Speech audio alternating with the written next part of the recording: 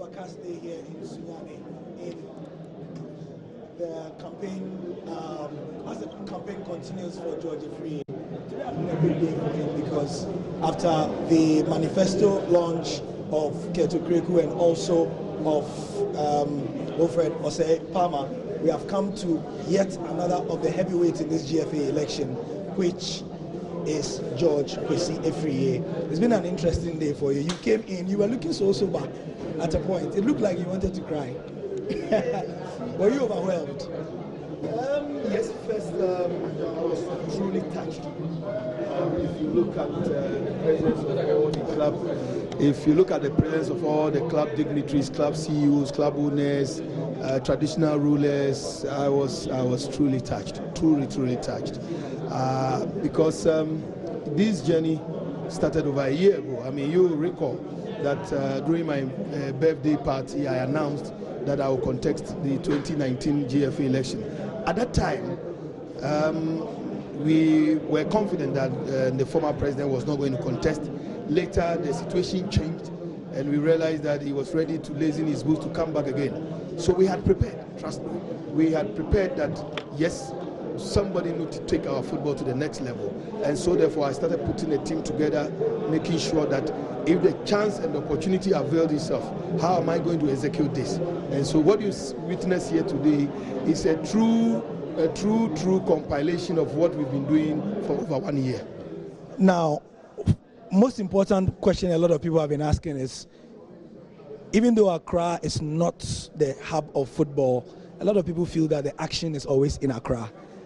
The decision to bring it to Sunyani was a bold one, considering media coverage, you know, how well your message will be taken across if it's not coming from Accra, the capital.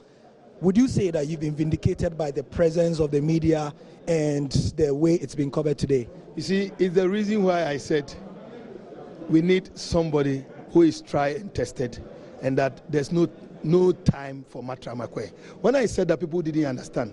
I have had the privilege and the opportunity to travel across the world to witness FIFA congresses, to witness CAF congresses, where it was shifted from Ethiopia, Egypt, Morocco, and all that. So it can be done. First of all, if you agree with me that the football constituency, Bruno Hafo, is the largest football constituency, then you need to make an effort to try and get closer. Again, I agree that yes, you need the media to try and disseminate this information for you. But again, you also want to sell the message to the people who are going to vote for you first. Because if they don't vote for you, even if the media sell the message, and the man who is going to vote for you doesn't understand what you are telling him, it becomes very difficult. So I decided to take the message to the doorstep of the people who are going to vote. Today's event was colorful. We saw the involvement of a lot of traditional leaders. Why do you always want to use that strategy? It's been interesting that you in particular do that. You see, we as Ghanaians are well cultured. You see, we all come from a cultural background. Ghanaians as people have a very unique and very, very nice heritage in terms of culture. And so therefore, when you blend culture with events, it becomes so unique. And then again, you know, our upbringing and the way we were raised and the way we grew up, it's when somebody is called Openyi, a chief and all that, there's a special reverence. I mean, we have a special respect for them. And so therefore, when you blend and you need to cut somebody's attention, you need to cut somebody's favor, you need to cut somebody, you need to use this kind of people. And coincidentally, most of these traditional rulers are football, they are either club owners or life patrons of football clubs. So it means that when you blend the two, bringing administrators, club owners, traditional rulers together, it makes the whole event unique. Now let's come to the policies that you were espousing. Before today, you gave us a small teaser by letting us understand that you had plans for Premier League players and how much they were going to take in terms of salaries. Is it true that you were talking about 1,000, and is it dollars or cedis? Okay, you see, Gary, unfortunately, some of our media, not like you, I'm not referring to you, some of our media have refused to do research. Research is very, very important. Already, some clubs are paying $1,000. Okay, from here, Do your own inquiries and find out what is the salary of Sonny Yakuba, what is the salary of Adebayo in Inter Allies. Check when we have Kamara in Liberty Professional. Liberty was paying a Gambian player $1,000. Liberty was paying an Ivorian player $1,000. So Gary, ask me, are you saying that a Gambian player in Liberty should earn $1,000, but a Ghanaian footballer in same? And let me tell you something very interesting. When Kamara was with Liberty, his striking partner was Latif Salifu.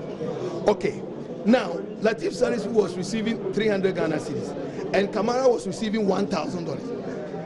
Where in this world would anybody imagine that you bring a foreigner? I mean, football is an investor sport. Now, if a Ghanaian player goes to UK and he's a good player and he's a top player, he will earn the same as a UK-based player who is a British citizen. You wouldn't want to say that because you are from Ghana, you earn more than the British. Now, what I'm trying to say is that we are already practicing $1,000, but we don't know. Okay, let me take Kumasi Asante for example. Players are signing on fee of 50,000 Ghana cedis, 60,000 Ghana cedis, and still pay them 2,000 Ghana a month. Spread the 50,000 Ghana cedis on that amount and see whether you are not already paying $1,000. There are a lot of players in the system who earn $1,000. So I'm saying that as a policy, we are going to make conscious effort, and this is what I said. We are going to try and attract more sponsorship. This is the only way we can retain our stars from going to Zambia, from going to Tanzania. You see, what I'm trying to say is that by retaining the stars, just remember recent WAFU. Almost every player who played in the WAFU left immediately after WAFU. So I'm saying that if my captain, Samuel Safu of Liberty Professionals, we can pay Samuel Safu $1,000. Why would he go to Iraq for $1,500? So what I'm saying is there are things that are practicable. We are already doing it, but we just need some more sponsorship in order to cushion the clubs a bit. But trust me, go and check Ash Gold. I know 4 or 5 years ago, under Mr. Kujo Fianu's administration, players were receiving $500, $400, and again signing on fee of 80,000 Ghana cedis, 70,000 Ghana, 60,000 Ghana. So we are already paying the $1,000 indirectly, because in Europe today nobody pays signing on fee. The monies are spread. So I'm saying, in order for us to retain our stars in the league, we need fair wages. How do we do that? Let's attract more money into the league, so we'll be able. Remember, about in the year 2007-2008, each club was receiving $120,000 as sponsorship from the Glow money. That's true. And then we were also receiving $40,000 for TV rights. That comes to $160,000 for each club. This is, I'm talking of 11 years ago.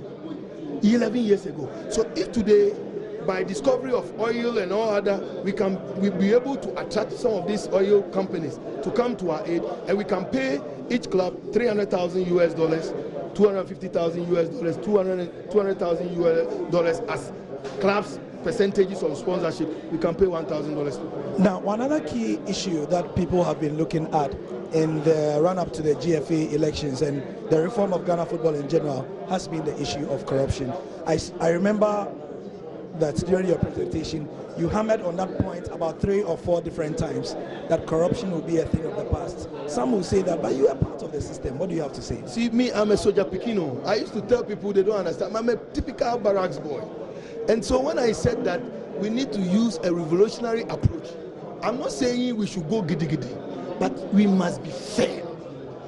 We must be firm in order for us to get the public confidence back. Gary, trust me, we must be firm in our approach in the eradication of corruption from our football. Practical steps. How do you intend to do that? Because I heard in your speech that you were talking about making sure that bribes and things will not be paid to officials, referees will be. You see, there's a saying that I have said this also somewhere, that you hire national team coaches, you send them to camp, you fail to give them fuel allowance, you fail to give them weekly allowance, you fail to give them winning bonuses, you fail to give them salaries. Why wouldn't they take somebody's money and call any player into the national team? You have set the man up to fail. You have set the man up to go and take the bribe. So I have said that in order for us to start the league, we must be able to get the money that will pay the referees, and that they must be paid promptly. If I have to make a case even before government, I say that, look, yes, Your Excellency, you came in to reform our football. You want to redeem the image of our football. Help us to pay the referees well. I will have to make a case to you, and I will do that. So finally, though, the people who will make you president, if that should happen, are the delegates.